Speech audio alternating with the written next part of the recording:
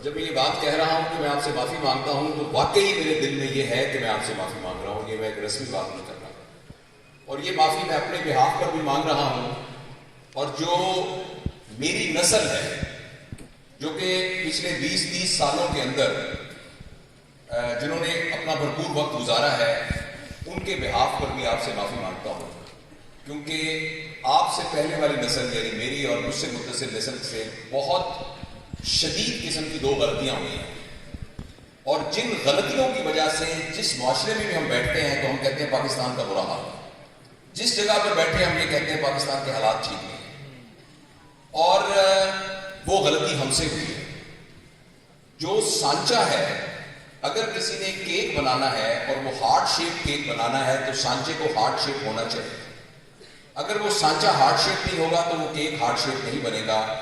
اس وقت جو یوتھ کے پرابلمز ہیں, اس وقت جو ان کا قبلہ ٹھیک نہیں ہے, اس کے ذمہ دار ایکچولی وہ بچے اور یوتھ نہیں ہے, اس کا ذمہ دار میں ہوں اور مجھ سے متصل نسل ہے.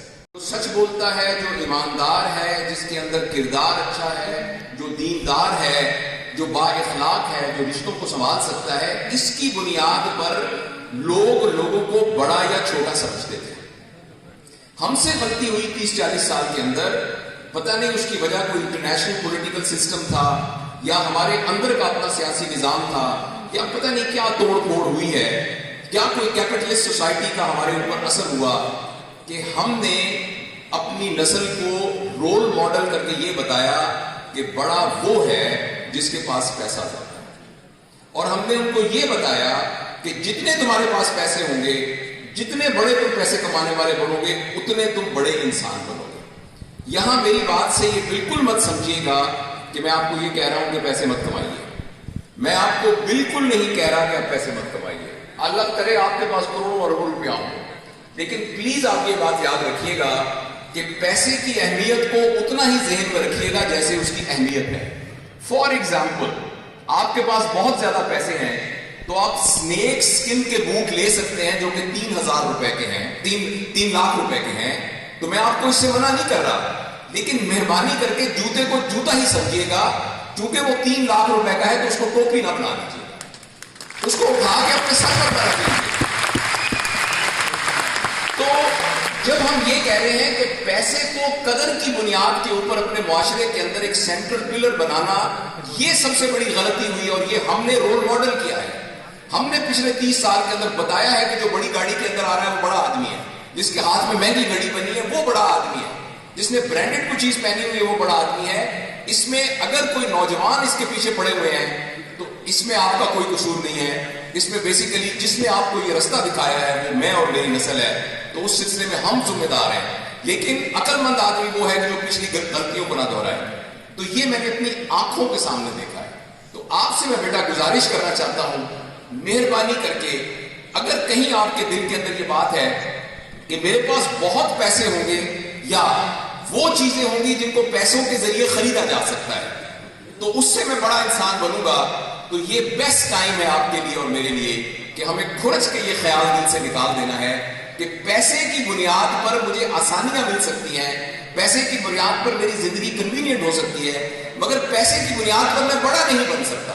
بڑے ہونے کا معیار پیسہ نہیں ہے, بڑے ہونے کا معیار کچھ اور ہے جن کو پیسے کے ساتھ خریدا نہیں جا سکتا. یہ وہ بنیادی سبق ہے اور یہ بہت ضروری سبق ہے.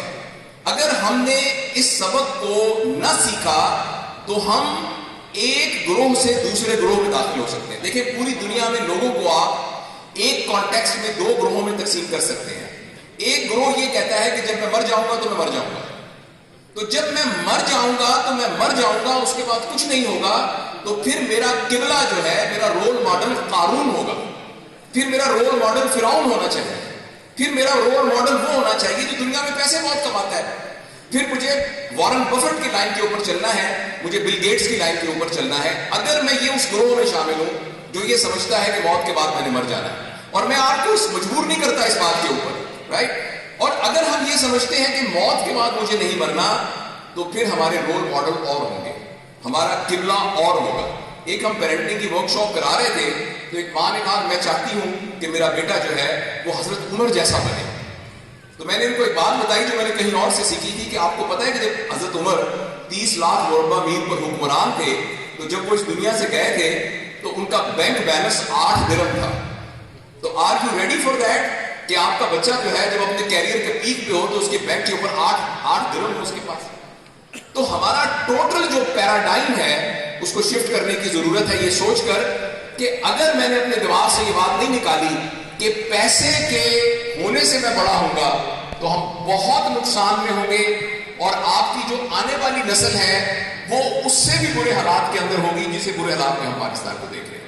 ایک تو یہ سب سے بڑی غلطی ہوئی ہے, اور اس کے لیے اگین میں آپ سے معذرت خواہ ہوں اور آپ سے گزارش کرتا ہوں کہ اپنے ذہن سے اس بات کو نکال دینا.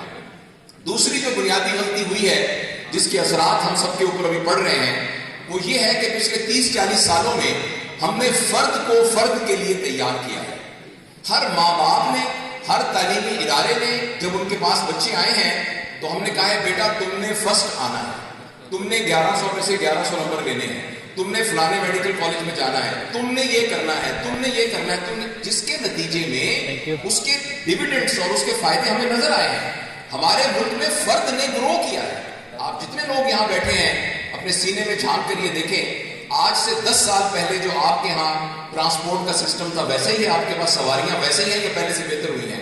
جیسے آپ کپڑے پہنتے تھے اس سے بہتر کپڑے پہن رہے ہیں کہ نہیں پہن رہے ہیں؟ کیا آپ کے گھر میں جتنے ایئر کنڈیشن فریجیں تھیں پہلے سے بڑی ہیں کہ نہیں بڑی؟ آپ کے پاس وسائل بڑے ہیں کہ نہیں بڑے؟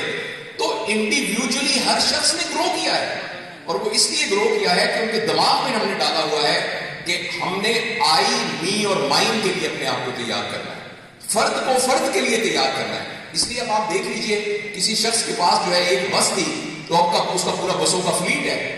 جس نے ایک دکان کھولی تھی اس کی پوری مارکیٹ ہے. جس نے ایک چھوٹا سا بزنس شروع کیا تھا اور اس میں ہم سارے لوگ بھی شامل ہیں. لیکن جس چیز کے ساتھ آپ سرکار لگا دیں, جس چیز کو آپ ملک کے ساتھ, گورنمنٹ کے ساتھ اٹیچ کر دیں, وہ نیچے جا رہی ہے.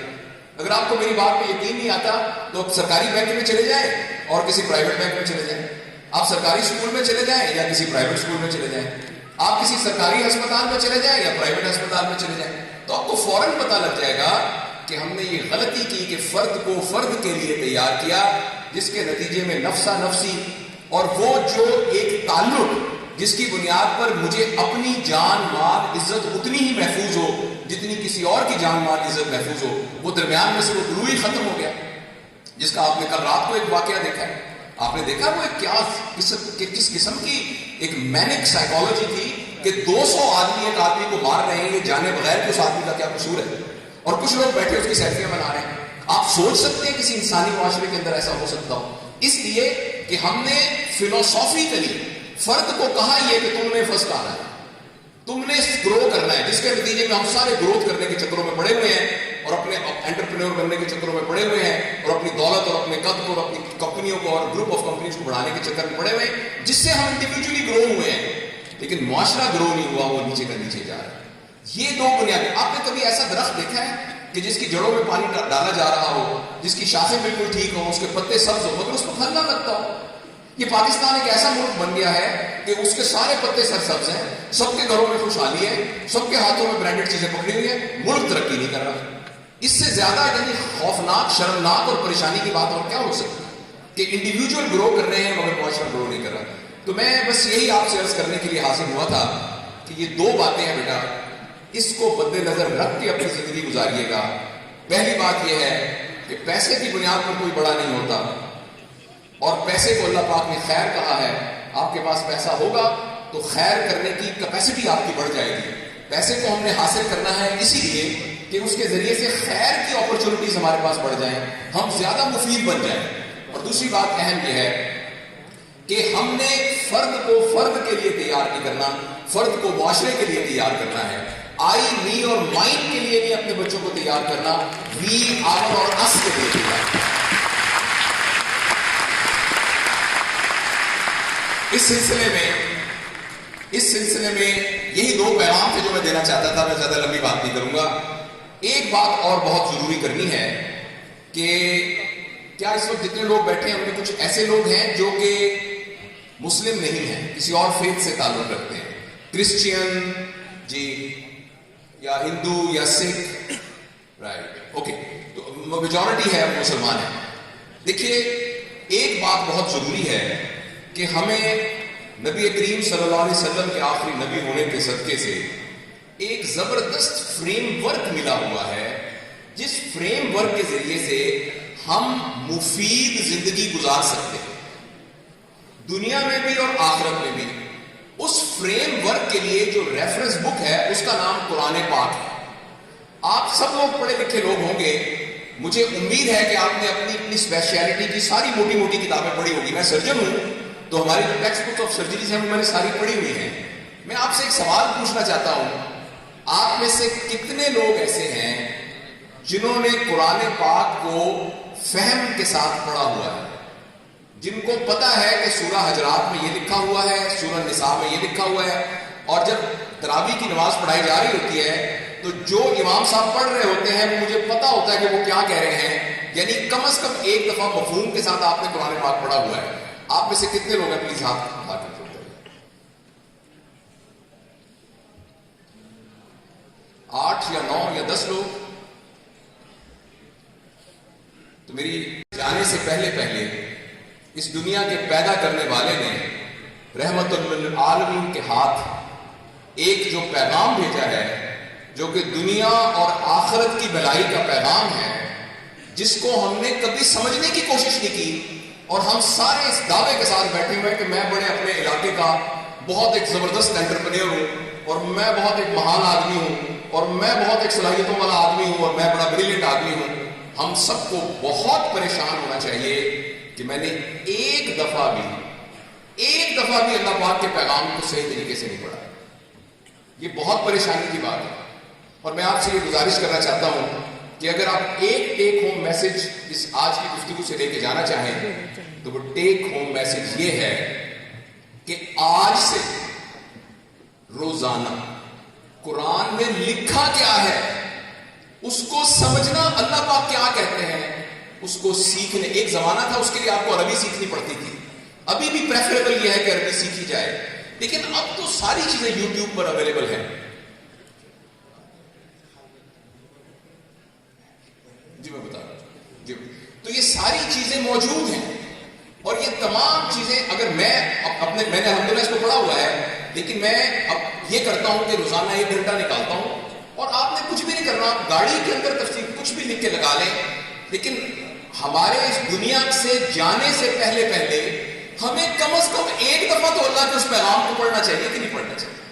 اور کیا اس بات پر ہمارے ذرا دل میں جھانک کے دیکھیے، اس بات میں ہمیں تکلیف نہیں ہوئی کہ مجھے سرجری کی ساری کتابیں آتی ہیں، مجھے ساری اپنی اسپیشلٹی کی کتابیں آتی ہیں، لیکن میں نے اللہ کے پیغام کو ایک دفعہ بھی نہیں پڑھا، اور مجھے اس پر کوئی تکلیف نہیں ہو رہی، مجھے اس پر کوئی پریشانی نہیں ہو رہی، اور میں دعوے یہ کر رہا ہوں کہ میں نے یہاں ایک بہت بڑا اسلامی معاشرہ اور اسلامی سلطنت کو لے کے آنا ہے۔ ایسا ممکن نہیں ہوگا، اور اس لیے میں آپ سے گزارش کرنا چاہتا ہوں کہ یہ 3 باتیں ہیں بس باٹم لائن۔ نمبر 1، پلیز کھرچ کے اپنے دل سے نکال دیجیے، اللہ مجھے بھی توفیق دے کہ پیسے سے آدمی بڑا نہیں ہوتا، اور اس کو اپنی زندگی کا مین ایک پیوٹ بنائیے زندگی کی پوری گزارنے کا۔ نمبر 2 بات یہ ہے کہ ہم اس دنیا سے جب جائیں تو اس دنیا کے کینوس پہ کہیں تو ہمارے کو دستخط ہوں، جب ہم دنیا سے چھوڑ کے جائیں تو کہیں مر تو نہ جائیں، ہمارا کچھ نہ کچھ تو بچے۔ یہ تب ممکن ہوگا کہ جب ہم فرد کو فرد کے لیے تیار نہیں کریں گے بلکہ فرد کو معاشرے کے لیے تیار کریں گے۔ ہماری زندگی سے کسی کو کیا فائدہ ہوگا، یہ ہمارا یارڈ اسٹک ہوگا۔ اور تیسری میں آخری بات آپ سے کی ہے، فیصلہ کر کے جائیں کہ آپ اس گروہ میں ہیں جو یہ سمجھتے ہیں کہ موت کے بعد میں نے مر جانا ہے، یا آپ اس گروہ میں ہیں جن کا خیال ہے کہ نہیں، موت کے بعد ابھی زندگی باقی ہے۔ اگر آپ موت سے پہلے کے مر جانے والے گروپ میں ہیں، پھر میں معاف کرنا، میں I'm not an appropriate person to guide you، پھر اس کی گائیڈ لائن بالکل اور ہے۔ لیکن اگر فرض کریں ہم یہ سمجھتے ہیں کہ موت کے بعد میں نے نہیں مرنا، تو اس کی گائیڈ لائن اللہ پاک نے قرآن پاک میں نبی پاک صلی اللہ علیہ وسلم کے اسوہ کے ذریعے دی ہے، صحابہ نے کر کے دکھائی ہے، لیکن ہم سے کوتاہی ہوئی ہے اور ہم نے اتنے بڑے زبردست اپرچونٹی کو مس کیا ہے، تو اس کا ہم نے خیال رکھنا ہے۔ بہت بہت شکریہ کہ آپ نے مجھے سنا۔